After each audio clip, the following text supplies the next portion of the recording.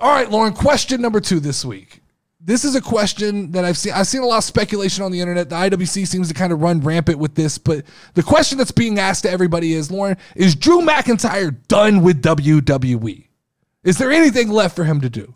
Because I remember when Drew McIntyre was untouchable 3 or 4 years ago. It felt like he was one of the most protected superstars in WWE. Now, I can't remember with the last 365 days the last big feud that Drew McIntyre came into and came out looking like the top guy, looking like he was trending upward. He's been in a couple different situations where he's won, but nothing's felt like monumental enough to kind of propel him to the top and like he was going to be in a legitimate position to actually lead the company moving forwards. At War Games, he was kind of set up with Judgment Day to look like, oh, he's going to be a big factor as a heel. And it just never really turned anything. It was kind of overshadowed by Randy Orton and CM Punk. Then he lost twice to Seth Rollins for the World Heavyweight Championship. He was never able to get that done, and he lost pretty clean in both of those matches. If you think back, he had a weird story with Karrion Kross. That was a 50-50 split. Karrion Kross won one, Drew won the other. I forgot about that. Was that the one with the leather belts, yes, right? Yes. Oh, yeah. And see, that's my point. It didn't really propel either guy forward. He lost to Gunther at SummerSlam. Mm-hmm. He lost to Gunther at WrestleMania. And then if you go back to about a year ago, he lost to Roman Reigns at Clash at the Castle. That's what it was. That was the one that stuck out of my mind most prominently, and I was almost like, is that where it started? Like his losing streak? It does feel like that. And it was at that moment in time that they started hearing the whispers of like, he hasn't resigned a contract.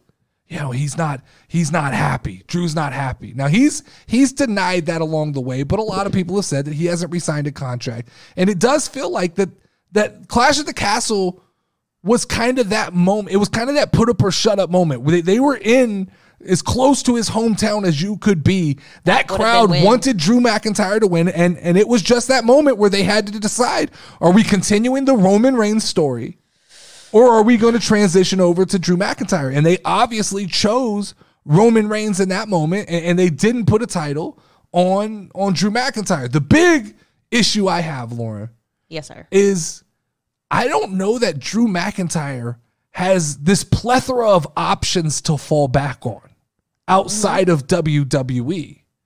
So we look back and we have a case study that we can look at now with Edge.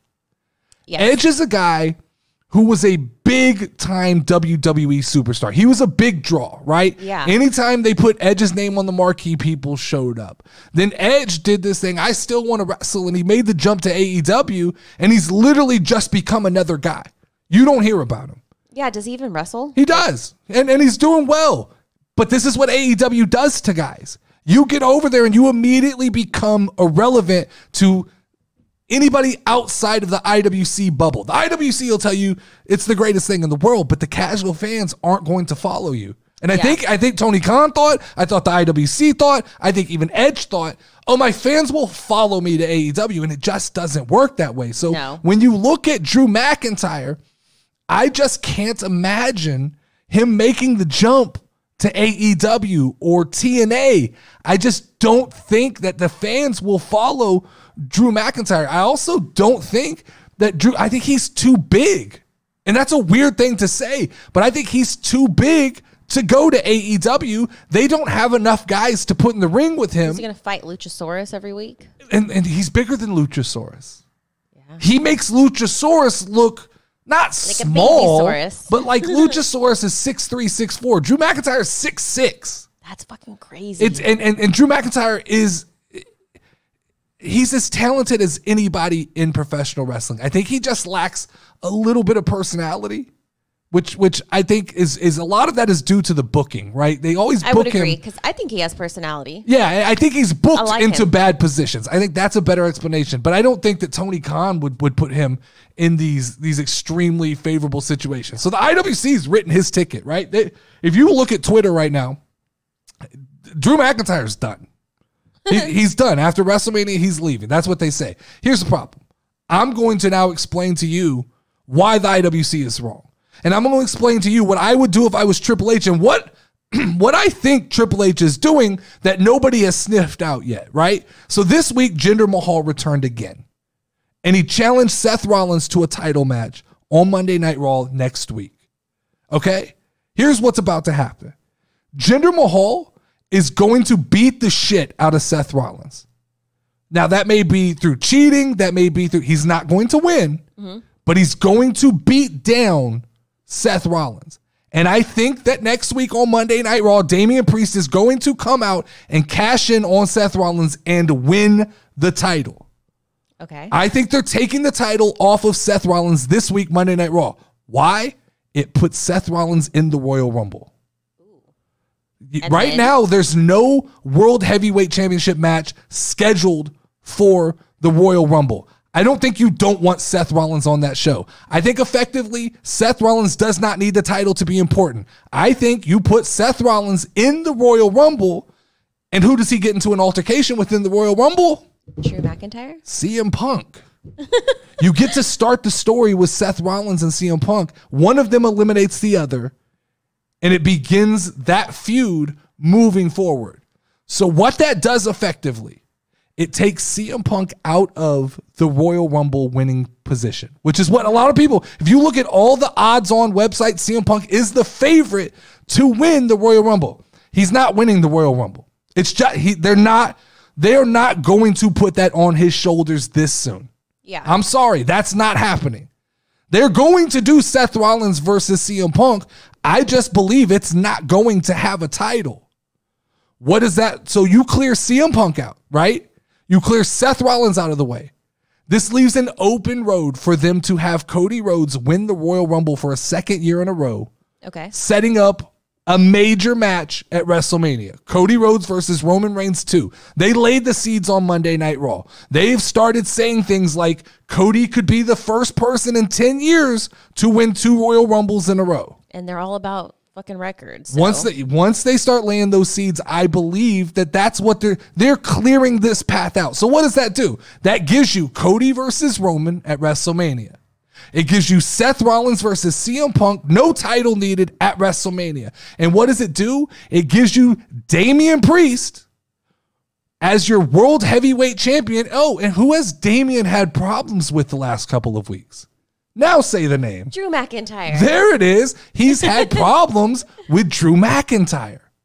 So that sets up Drew McIntyre versus Damian Priest for the World Heavyweight Championship at WrestleMania.